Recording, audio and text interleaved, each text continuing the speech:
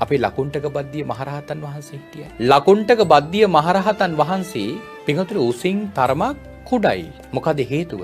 පෙර මහ පින්කමක් කුඩා කරන්න ගිහිල්ලා යම් උත්සාහයක් ගත්ත නිසා. ඒ විතරක් නෙවෙයි මේ ලකුණ්ඨක බද්දිය මහරහතන් වහන්සේ කියලා කියන්නේ අපේ සම්බුද්ධ ශාසනයේ හිටපු 80 මහා ශ්‍රාවකයන් වහන්සේ නම.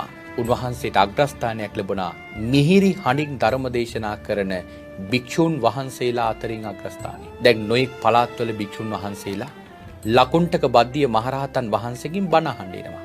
හැබැයි කවුරුවත් ලකුණ්ඨක බද්දිය හාමුදුරුවන්ව රූපෙන් දැකලා නැහැ.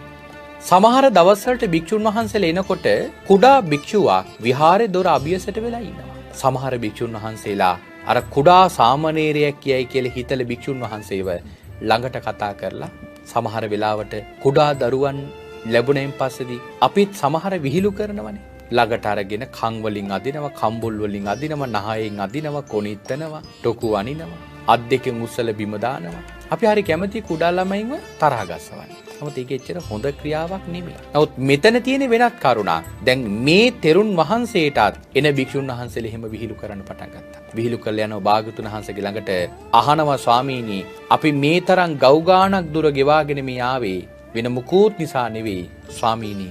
අර මිහිරි හඬින් ධර්මදේශනා පවත්වන භික්ෂුන් වහන්සේගෙන් බණ ටිකක් අහලා යන්න. කෝ ස්වාමීනි ලකුණ්ඨක බද්දිය හාමුදුරුවෝ. භාගතුන් වහන්සේ කියනවා අර නුඹල එනකොට දොර අභියසදී එක භික්ෂුවකට විහිළු කළේ. ආන්න ඒ භික්ෂුවට තමයි ලකුණ්ඨක බද්දිය කියලා කියන්නේ. දැන් අර ආපු භික්ෂුන් වහන්සේලාට උන් හිටි දැන් අමතක වෙනවා.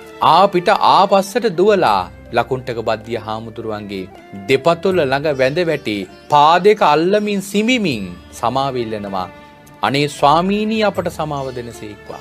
අප නොදැන කළ වරදට අපට සමාව දෙනසේක්වා. භාග්‍යවතුන් වහන්සේගෙන් ඇවිල්ලා භික්ෂුන් වහන්සේලා අහනවා ස්වාමීනි කුමන කරුණක් නිසාද ඒ භික්ෂුවට එහෙම පහර දෙන අපට හිතක් පහළ වුණේ? භාග්‍යවතුන් වහන්සේ දේශනා කරනවා ඒ භික්ෂුවම සංසාරේ කරගත් අකුසල කර්මයක්. මොකක්ද අකුසල කර්මය?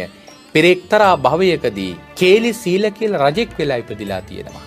රජතුමාගේ විනෝදාංශයක් වෙලා තියෙනවා.